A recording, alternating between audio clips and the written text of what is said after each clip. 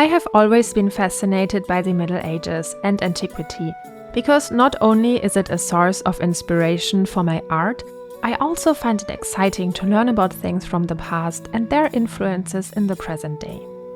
The search for a title for my latest painting, for example, led me on the trail of a medieval nun from the 8th century who led a remarkable life and whose death had unusual impacts on all of Europe. My story begins in the 8th century, when England still consisted of 7 kingdoms and the Carolingians ruled Europe. Christianity was only a few centuries old, and pagan customs and religions were still practiced in much of Europe. Places had very different names back then than they do today, and people also had very strange names, such as Walpurga and her 2 brothers Winibald and Wunibald. Walpurga was born in the English kingdom of Wessex in 710. Although she was lucky and was born into a wealthy family, her mother died giving birth, and she was left with only her father and 2 brothers. When she was 7 years old, her father and brothers went on a pilgrimage to Rome. Back then, travel was still dangerous and unpredictable, and it took months to get from England to Rome. Walpurga was therefore entrusted to a Benedictine monastery in Wimborne. But when just a year later she received the news that her father had died during the trip, she stayed at the convent to train as a nun. Life as a nun was much more exciting in the early Middle Ages than one might imagine today, and becoming a nun was probably the best thing a woman could do at that time. The nuns at Wimborne Abbey were educated in many areas, learning Latin, medicine and art, copying manuscripts, which they lavishly ornamented, and making beautiful embroidery on velvet and linen fabrics. The monastery's fabrics and manuscripts were very valuable and important trade goods throughout Europe. Walpurga probably liked the life in the monastery very much, as she stayed there for 26 years. Perhaps she was even gifted as an artist, for the embellishment of the manuscripts required great skill in color and design. When I found out that Walpurga was not only such an educated woman, but also trained in the arts, I decided to name my painting after her. And if you want to know how this painting was created, join me on Patreon, where you can follow the whole painting process from start to finish. You can download the reference, sketch and material list. I published more than 200 tutorials and videos on Patreon so far, with which you can learn mixed media painting step by step. You can also just support my channel and get a beautiful set with a postcard, a magnet and a sticker sent to you each month. Just click on the link in the video description to join. In 741, when Walpurga was in her early 30s, her brothers visited her in England. While Walpurga was being trained as a nun and missionary, her brothers had also embarked on careers in the church, made pilgrimages to Jerusalem and even founded a diocese. Walpurga's uncle was a famous Boniface, who was one of Christianity's most important missionaries in the 8th century. He called on his niece and nephews to spread Christianity in the Frankish kingdom. Walpurga was impressed by her brothers' travels, so she decided to join her brothers in becoming a missionary as well. Together they embarked on the long journey to the Frankish Empire, today's Württemberg in Germany, to convert the pagans to Christianity. The crossing of the English Channel was dangerous and the ship got into distress, but fortunately it landed safely in the port of Antwerp. Arrived in Franconia, Walpurga wrote a biography of her brother. This was very unusual, as women at that time could neither read or write. But the education she received in the English monastery was so extraordinary that she was the first woman to write a vita about her brother's travels to Palestine and is therefore considered the very first female author both in England and Germany.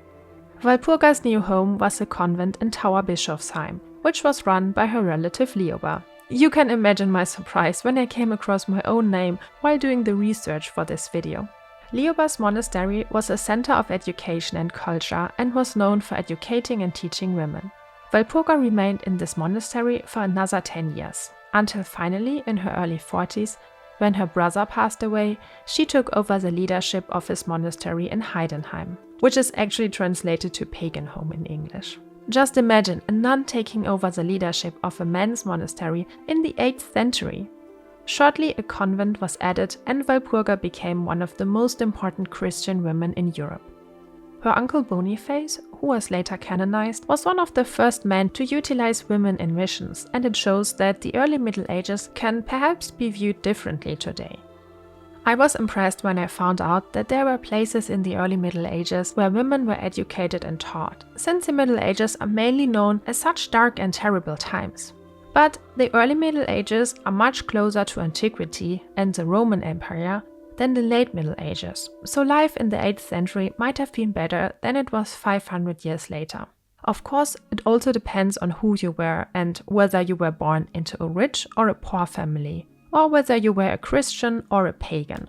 Pagan rites and religious cults in Germania had existed much longer than Christianity, since the Bronze Age to be precise, and pagans were widespread throughout Europe. Tragically, as a result of the missionization in Europe, countless monuments, culture and knowledge were destroyed, and tens of thousands of pagans were forcibly converted to Christianity. As a pagan, you could either be converted or be killed, so the decision to become a Christian was not a voluntary one. It was also forbidden with fines to follow pagan customs. The pagan tribes of Germania believed in magic, held sacrificial festivals, and often worshipped sacred trees and sites, such as the Donau oak, dedicated to the god Dona. This was cut down by none other than Walpurga's uncle Boniface. Walpurga's date of death is unknown. After her death, the monastery passed into the hands of her remaining brother, but was finally dissolved after his death. 100 years after Walpurga's death, the bishops and Benedictines wanted to reinforce their leadership in the church, and producing their own saints meant receiving large donations of money from nobles. Walpurga was therefore canonized without further ado, and they wondered which miracles could be attributed to her, since she hadn't died a martyr's death. That or a miracle was a prerequisite for being canonized. So they came up with the following miracles. Walpurga is said to have enabled safe traveling for the ship while she crossed the English Channel, and is also said to have saved a child from starvation and calmed a rabid dog. Of course, we can assume that these stories are simply made up. Dioceses often fought bitterly over a saint's remains, because they were so important. Walpurga's uncle Boniface, for example, deliberately died a martyrdom at the age of 80, which guaranteed him canonization. And after his death, there was a bitter dispute between the Diocese of Mainz and the monastery of Fulda as to who should get the remains. The Fulda monastery finally won, and since Boniface was such an important man during his lifetime, he was of course also an important patron saint in death, and his grave brought large donations and riches to the Fulda monastery. The bishops had great success in canonizing Walpurga, and after her death, numerous monasteries were founded with her as their patron saint. They could then ask for relics, meaning parts of the corpse, which they were then allowed to worship in their monastery. And as a result of this macabre practice, Walpurga's cranium was on display and worshipped at one time. Since the year 1042, Walpurga's grave in Eichstätt is said to contain a holy oil that can work miracles. You can still buy it today in the Benedictine monastery in Eichstätt. According to scientific studies, however, it is only ordinary water that collects as a condensate on the limestone tomb. The choice of the day of her veneration was strategically placed by the bishops in 1870 on May Day, which was already an important holiday throughout Europe, as it marked the transition from spring to summer, and many pagan customs and rituals simply continued to be practiced on Walpurgis Day. Just 200 years later, the meaning of Walpurgis Day no longer had anything to do with the original life and work of Walpurga. Since there were many epidemics and diseases in the Middle Ages, Walpurga was also revered as a patron saint against diseases, which quickly led to her being revered against evil as well. This in turn led to bonfires being lit on Walpurgis Day to discourage witchcraft and magic. The holiday has spread throughout Europe, and numerous rites and customs are held still today. For example, Sweden's largest student festival occurs during Walpurgis Night. In Finland, Walpurgis Night is called Vappu and is one of the most important holidays, such as Christmas, New Year's Eve, or Midsummer, and large carnival-style festivals are held. Even in large parts of Germany, witch fire is still lit today at the dance into May, which is also due to the pagan customs in Old Germania. For thousands of years, gods were worshipped during spring festivals, like for example the highest Germanic god Wodan, who was honored with offerings. In the Czech Republic, for example, fires up to 8 meters in size are lit, in which they burn life-size figures of witches. On the Brocken and the Harz Mountains in Germany, witches are said to gather during Walpurgis night. And last but not least, the New Age Satanism cult has also taken advantage of Walpurgis Day and has chosen it as one of the highest holidays. Of course, only because of the connection to magic, which, as we have now learned, is all made up.